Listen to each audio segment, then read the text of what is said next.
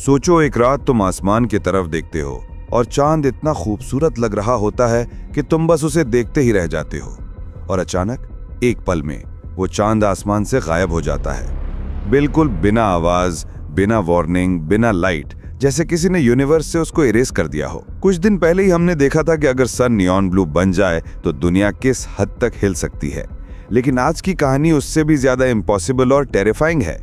सोचो एक सुबह तुम उठते हो, स्काई बिल्कुल क्लियर है, लेकिन कुछ मिसिंग है। चांद पूरे आसमान से गायब। इस डिसअपीयरेंस ने दुनिया को सेकंड्स में पैनिक मोड में डाल दिया। सबसे पहला अटैक ओशंस पर होता है।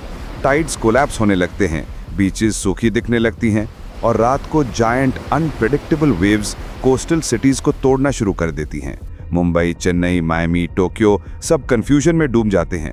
लोग समझ नहीं पाते कि ओशंस इतना वायलेंट बिहेवियर कैसे कर रहे हैं। चांद के बिना अर्थ का रोटेशन वॉबल होने लगता है, जैसे कोई स्पिनिंग टॉप अपना बैलेंस खो रहा हो, और ये वॉबल पूरी दुनिया में एक्सट्रीम वेदर अनलीश कर देता है। कहीं -40 डिग्री सेल्सियस का सडन फ्रीज, कहीं 55 डिग्री सेल्सियस का brutal heat wave, storms unpredictable, rainfall patterns collapse. Earth एक अनस्टेबल क्लाइमेट मशीन बन जाती है। और सबसे स्केरी चीज, total darkness.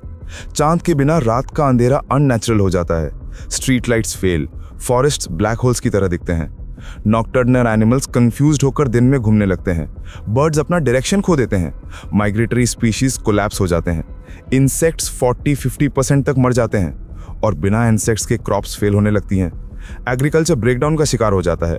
Humans food crisis face करने लगते हैं।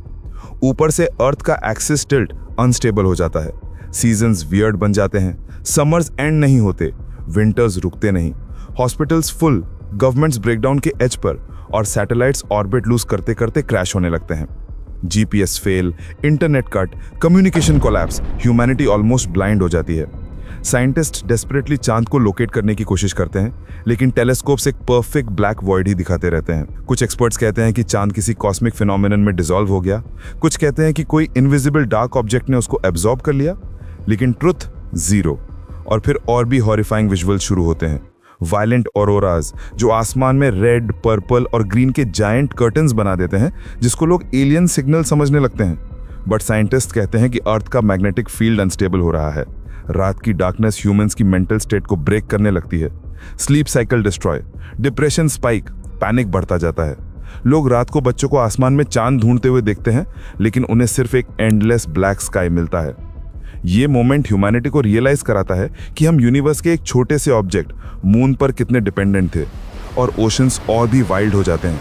टाइड्स का सिस्टम कोलैप्स होने के बाद floods unpredictable, drought unpredictable, coastal cities किसी जायंट डिजास्टर के लिए टिकिंग टाइम बम बन जाते हैं।